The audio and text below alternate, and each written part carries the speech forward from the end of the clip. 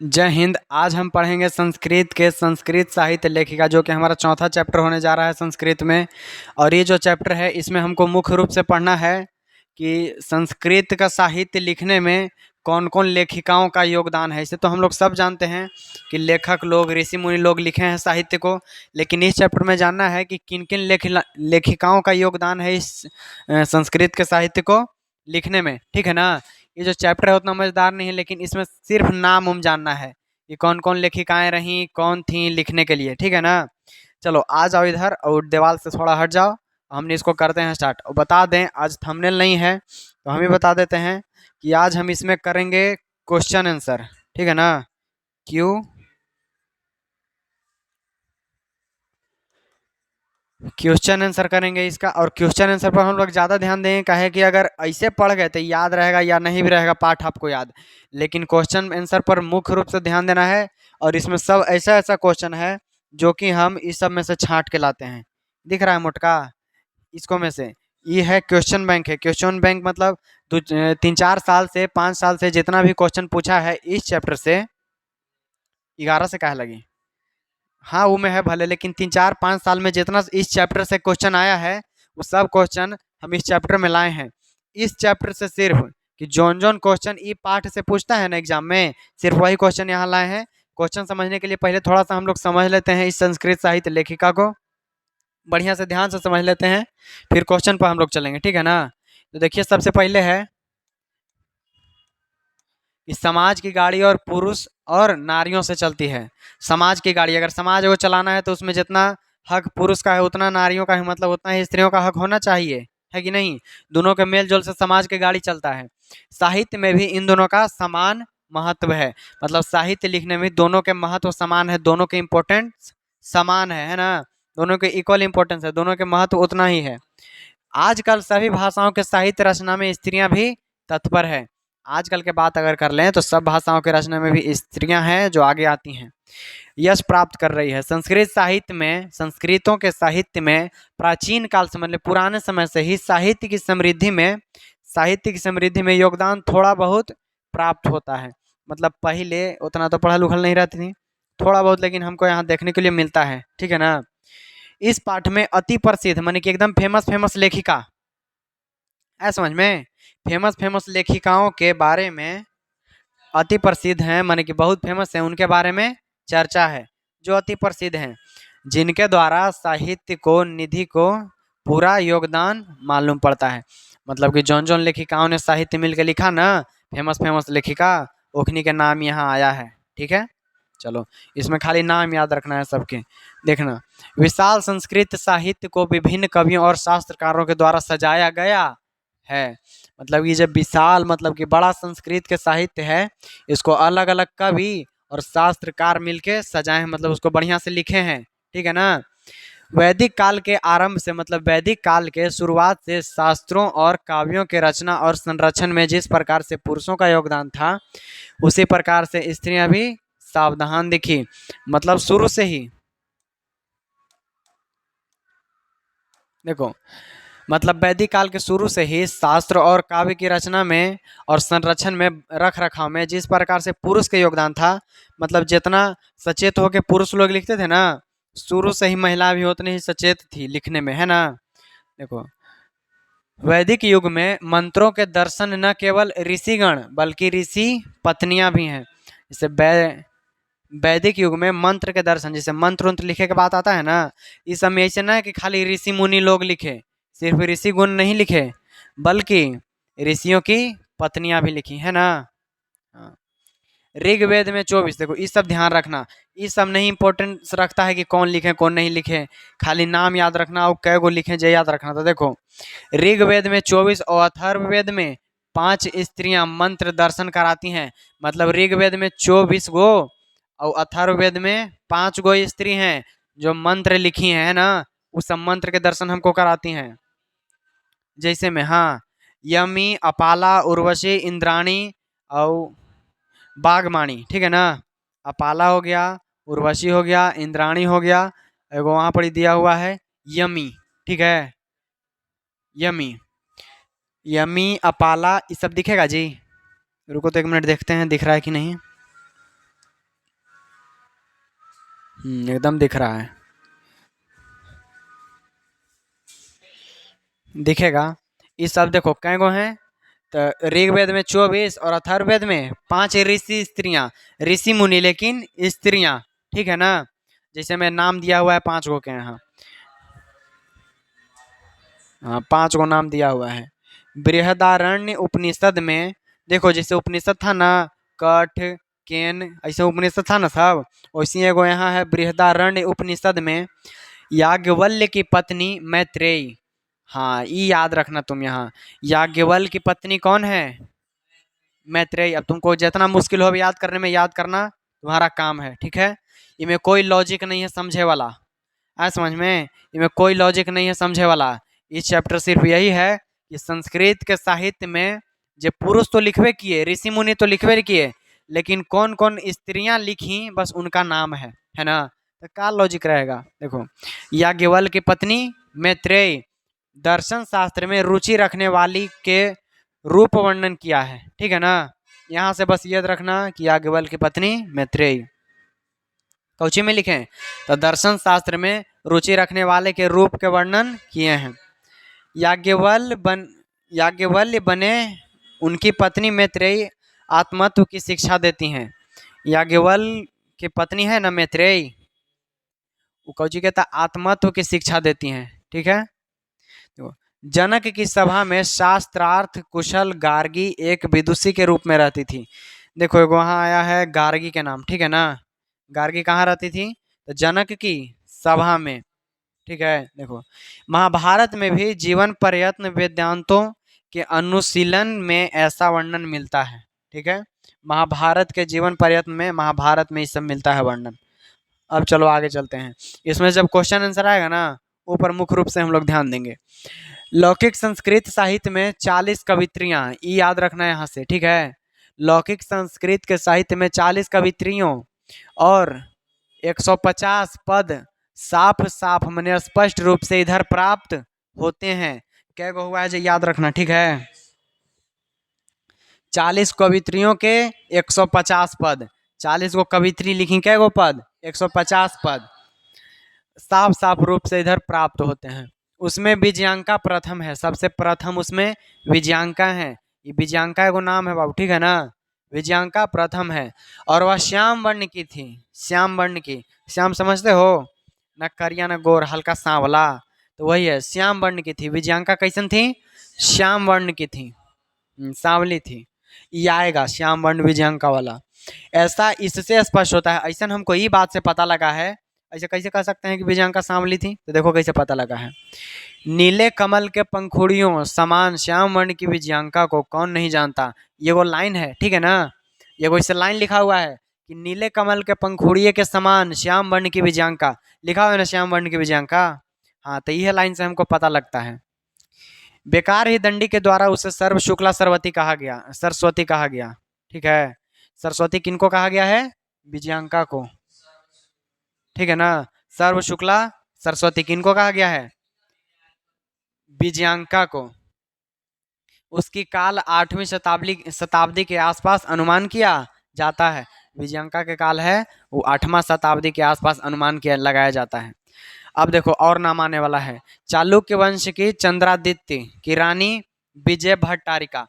देखो एगो वंश है चालुक्य वंश, है ना, जैसे मुगल वंश ये सब होता ना है, वैसे एगो चालुक्य वंश की चंद्रादित्य, चालुक्य वंश में है वो चंद्रादित्य, उनका रानी है विजय भट्टारिका, विजय भट्टारिका।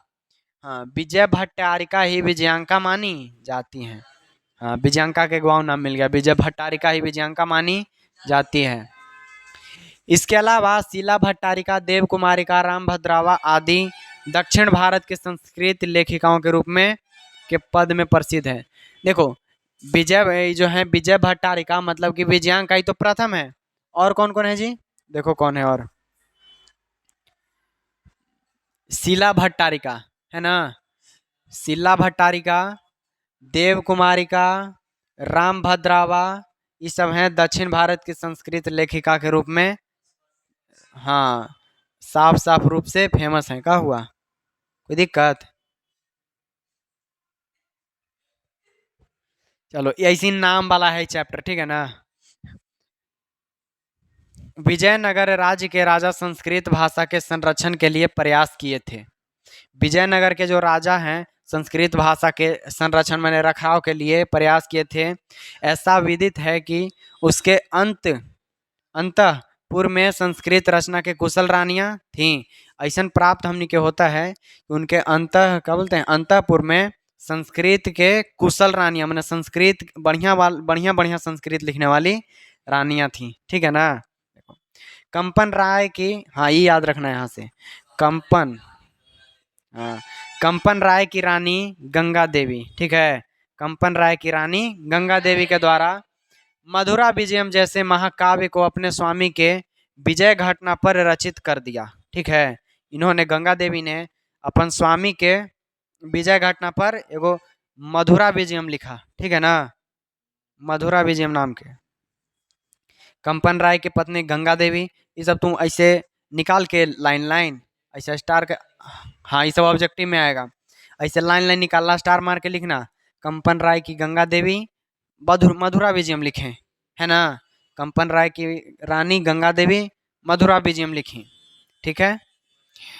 उसी राज्य में 16वीं शताब्दी में शासन करते हुए अच्युत राय की पत्नी तुरुम्बाला, अच्युत राय की पत्नी तिरुम्बाला, है ना, 16वीं शताब्दी में अच्युत राय की पत्नी तिरुम्बाला ने वरदाम्बिका परिणय नाम का चंपू काव्य की रचना की, ठीक है ना। अच्युत राय की पत्नी तिरुम्बाला ने वरदाम्बिका परिणय नाम की चंपू काव्य की रचना की, ठीक है ना। ऐसे लाइन लाइन निकालना और उसको ऐसे याद करना, ठीक है, इस चैप्टर से। देखो उसमें समस्त गद्य की शोभा पदावली के विन्यास से सुशोभित है। संस्कृत साहित्य में प्रयुक्त लंबे लंबे समस्त पद भी प्राप्त होते हैं, ये सब छोड़ो। आधुनिक काल में संस्कृत लेखिका पंडिता क्षमा राव, हाँ ये याद रखो, पंडिता क्षमा राव, आधुनिक काल में, ठीक है ना। पंडिता क्षमा राव कब से था, 1890 से 1953, 1890 से 1953 में। नाम की नामाध्या विदुषी अत्यंत प्रसिद्ध थी, ठीक है ना। उसके द्वारा अपने पिता शंकर पांडुरंगा, रंगा होगा किताब में, हाँ नहीं बड़ी बोलते थे पांडुरंगा। देखो पंडिता क्षमाराव के पिताजी शंकर पांडुरंगा के जीवन चरित्र का वर्णन शंकर चरित्र में किया गया है ना।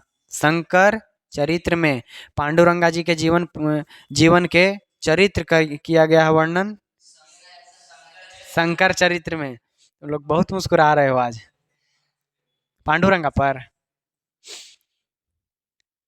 गांधी दर्शन से भी प्रभावित होकर उसमें सत्याग्रह गीता, मीरा लहरी, ये सब ध्यान रखना। अच्छा मीरा लहरी केकरा द्वारा लिखा गया है जी,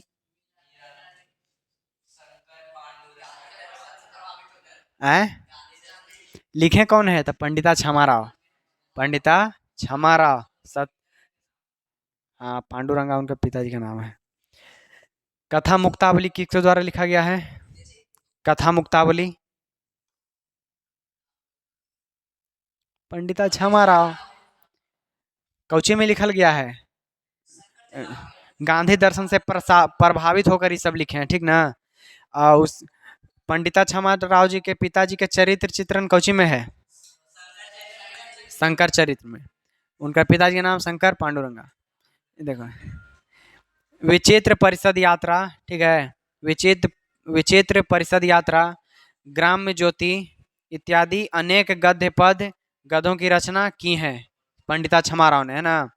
वर्तमान काल से कवित्रियों में भी पुष्प पुष्पदाक्षिता, वनमाला, भवालकर, मिथिलेश कुमारी मिश्र के द्वारा संस्कृत साहित्य को पूरा किया गया। देखो इधर नाम आ रहा है कुछ, हम लिखते हैं, हट गया, ये देखो पुष्पा दक्षिता इसका होगा, ठीक है ना। यहाँ लिखल है तनी उल्टी लिखल है, इसको होगा पुष्पा दक्षिता होगा, ठीक है।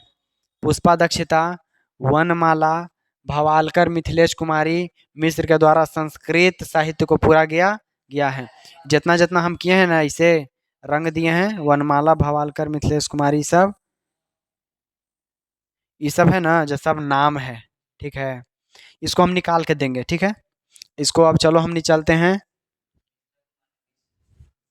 अब इसके आते हैं क्वेश्चन आंसर पर, ठीक है, कि इतना मन से कैसे कैसे क्वेश्चन पूछेगा। तो देखो, क्वेश्चन आंसर अपन जरूर याद रखना, भले चैप्टर याद रहे या ना रहे, ठीक है, इसका बात कर रहे हैं, बाकी तो सब चैप्टर ऐसे ही याद करा ही देंगे हम।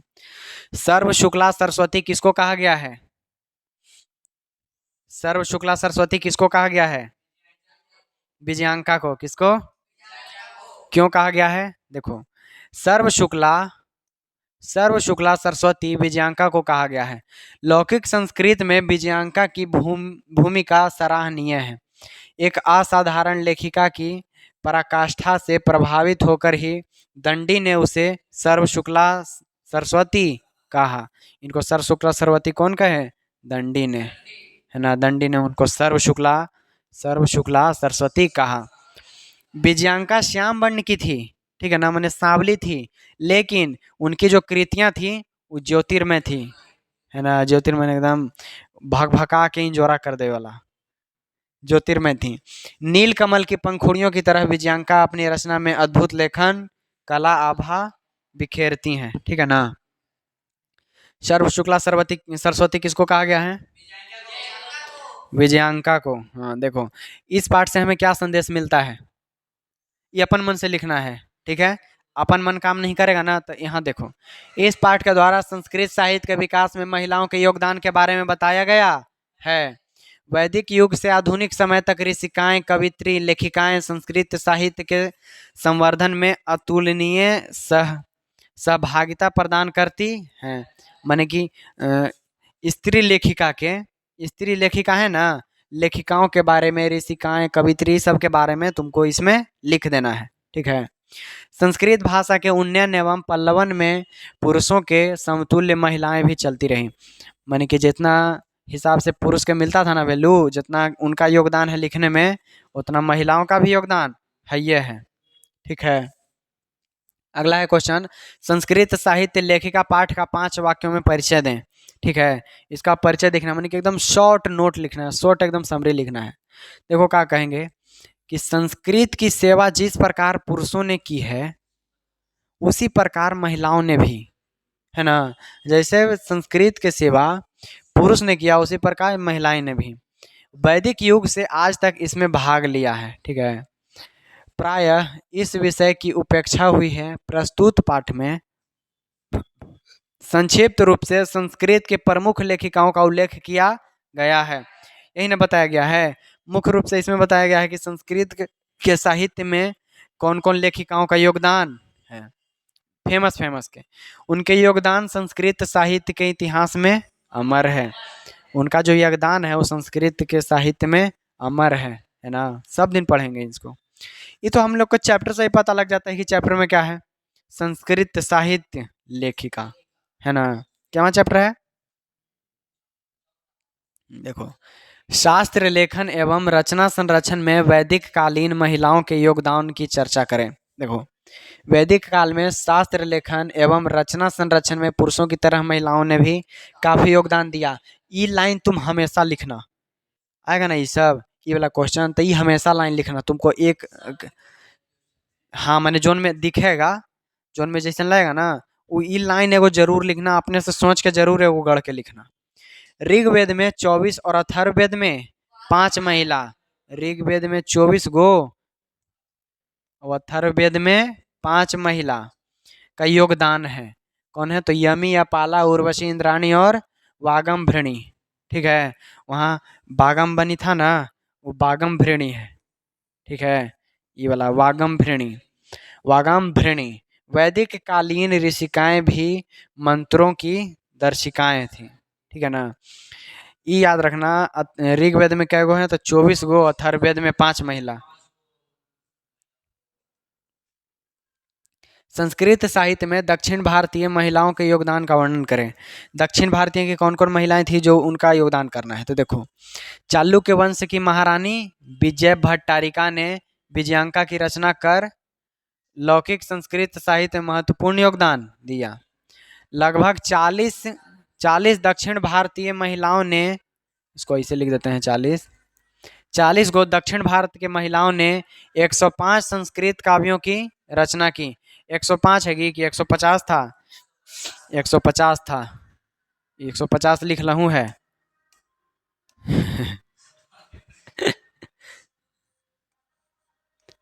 150 संस्कृत काव्यों की रचना की, 40 गो मिलके 150 गो लिखे हैं संस्कृत के काव्य। इन महिलाओं में गंगा देवी तिरुम्बाला, गंगा देवी हैं तिरुम्बाला, शिला भट्टारिका, देव कुमारिका, राम भद्रावा, ये सब प्रमुख हैं, ठीक है ना, ये सब मेन मेन है, ठीक है ना। इनकी रचनाएं पद्य में हैं। पद पद्य में है, जैसे हमने कैसे पढ़े थे पद्य खंड गद्य खंड वाला। हाँ, जैसे गद्य खंड पद्य खंड पढ़े थे ना हिंदिया में, वैसे पद्य में है सबका रचना। संस्कृत साहित्य में आधुनिक समय के लेखिकाओं के योगदानों की चर्चा करें। ये जो चैप्टर है ना, इसमें तुम सबका काम याद रखना, कौन किसकी रानी थी और किधर से आती थी, ये सब याद रखना। बस थोड़ा सा अलग करना, आ जाएगा ये चैप्टर तुमको। ये देखो, संस्कृत साहित्य में आधुनिक समय की लेखिकाओं में, आधुनिक समय माने कि नया है ना, ज्यादा पुराना नहीं, नए में, तब पंडिता क्षमा राव अति प्रसिद्ध हैं। उन्होंने शंकर चरितम, सत्याग्रह गीता, मीरा लहरी, कथा मुक्तावली, विचित्र विचित्र परिषद यात्रा, ग्राम्य ज्योतिष इत्यादि अनेक गद्य पद्य ग्रंथों की रचना की, ठीक है ना। जो पंडिता क्षमा राव हैं, उन्होंने क्या लिखा है, तो शंकर चरितम, अपन पापा के चरित्र वाला है ना, शंकर पांडुरंगा जी के शंकर चरितम, सत्याग्रह गीता, मीरा लहरी, कथा मुक्तावली, विचित्र परिषद यात्रा, ग्राम्य ज्योति इत्यादि अनेक गद्य पद्य ग्रंथों की रचना की है।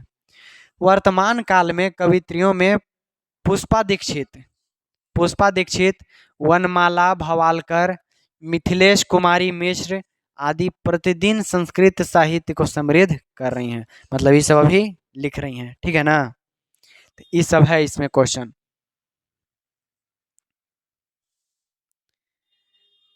देखो, संस्कृत साहित्य में विजयनगर राज्य के योगदानों का वर्णन करें। विजयनगर राज्य का योगदान, ठीक है, विजयनगर राज्य के राजाओं ने संस्कृत साहित्य के संरक्षण के लिए जो प्रयास किए, उखनी जो संस्कृत साहित्य के संरक्षण के लिए कुछ कुछ जुटाए थे, हाँ, तो प्रयास किए, वे सर्वविदित हैं।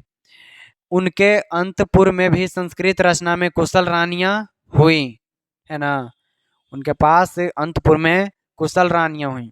इनमें कंपन राय की रानी गंगा देवी, कंपन राय के रानी है गंगा देवी, अच्युत राय की रानी है तिरुम्बाला, ठीक है ना।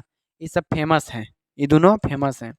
इन दोनों रानियों की रचनाओं में समस्त पदावली और ललित पद विन्यास के कारण संस्कृत गद्य शोभित है। अगर ये तुमको खुद से लिखने आएगा तो सही है, नहीं तो इसको खुद से तुम याद कर लेना। और इसमें जिसका जिसका नाम आया है ना, इसका नाम जरूर याद रखना, ठीक है।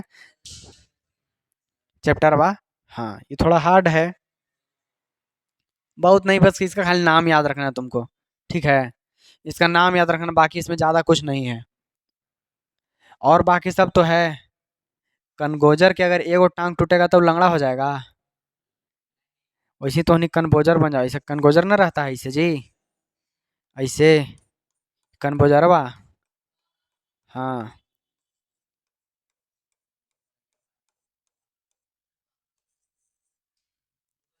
पूछी,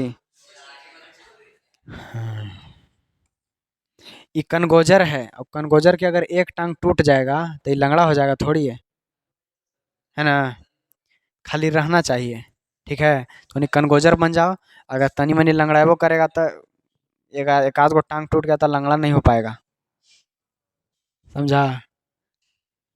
देखो, संस्कृत साहित्य लेखिका पाठ में लेखक ने क्या विचार व्यक्त किए हैं। देखो, संस्कृत साहित्य लेखिका पाठ में लेखक का विचार है कि प्राचीन कला से लेकर आज तक महिलाओं ने संस्कृत साहित्य में महत्वपूर्ण योगदान दिया है। ये सब तो अपने से लिखे की चीज है ना, कि पुराना समय से ही जितना पुरुष ने दिया है योगदान, उतना महिलाओं ने भी दिया है।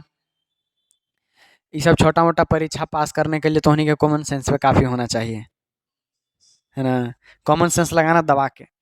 दक्षिण भारत की महान साहित्यकार, अगर क्या बोलते हैं, ज्योग्राफी में चाहे आओ कोई कोई विषय रहता ना है, ज्योग्राफी में पॉलिटी में, इस सब में अगर क्वेश्चन वोश्चन याद ना आवे, अपने से कॉमन सेंस लगा के लिखना। हाँ, अब पहले बनाना है तुमको 5 नंबर वाला। जितना जो बड़ा बड़ा क्वेश्चन रहेगा ना, पहले बना देना। तो उसको लगेगा कि वो लगता है कि इसको 2 नंबर वाला नहीं आया है, तो इसलिए 5 नंबर बना दिया है। तब 5 वाला तुमको 5 में से 5 नंबर देगा, ठीक है। कहे कि ना अगर इसको नंबर काटते हैं तो फेल हो जाएगा, कहे कि बनाया ना है 2 नंबर वाला। ये 5 में से 5 देगा तुमको, फेल कैसे कर देगा। और फिर जब देखेगा पनवा पलट के, तो देखा अरे रे कि 1 2 नंबर बनल है, फिर ओकरा मजबूरी में 2 नंबर देवे पड़ेगा, है ना। 2 में से कितना काटेगा, 5 में से काट सकता है। हाँ, 2 नंबर वे है। कितना काटे, एक काटेगा, एक कौची काटेगा, नहीं काटेगा, दे देगा तुमको फिर नंबर, उसको मजबूरी में देना पड़ेगा नंबर। आ समझ में, ऐसे करना अपन।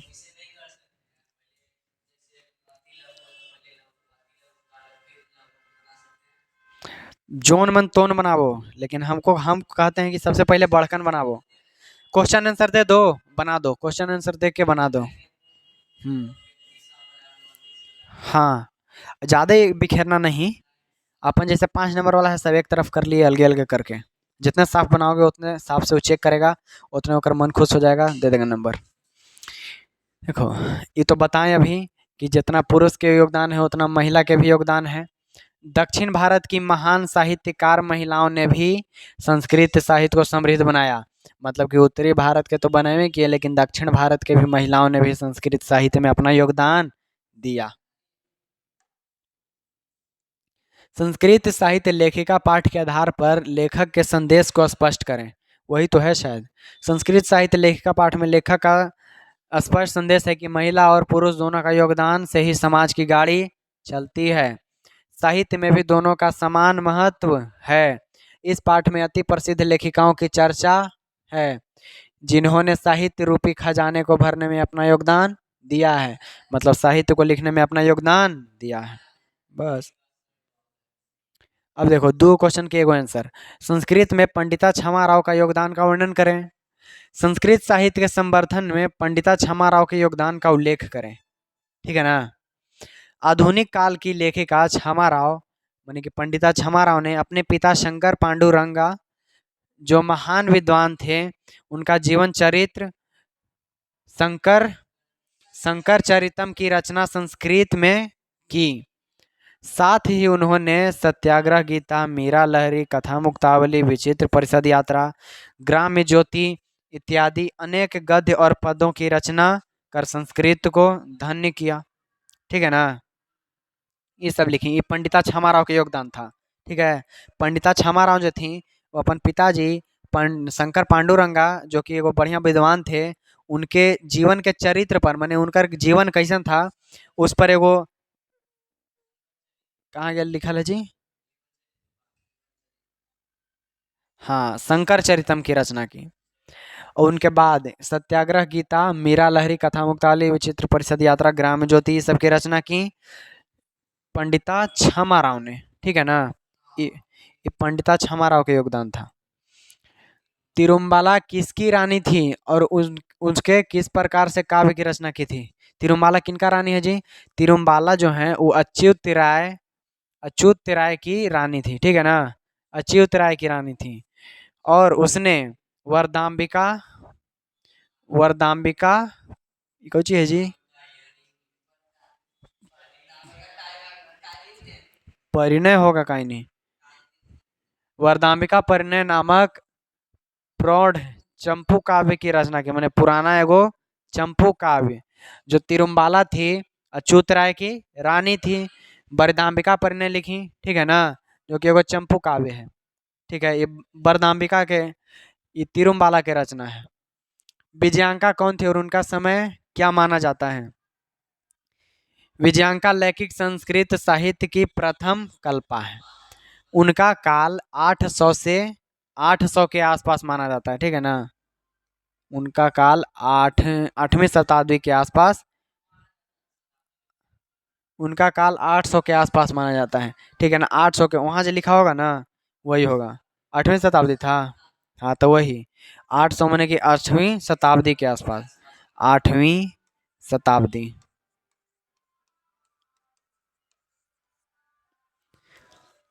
देखो ये जे इतना सब क्वेश्चन था, इसमें से मुख्य रूप से हमनी के विजयांका के है, और यो तिरुम्बाला के है, और पंडिता क्षमा राव के है, और दक्षिण भारत की जो संस्कृत साहित्य की लेखिकाएं हुई उनका है।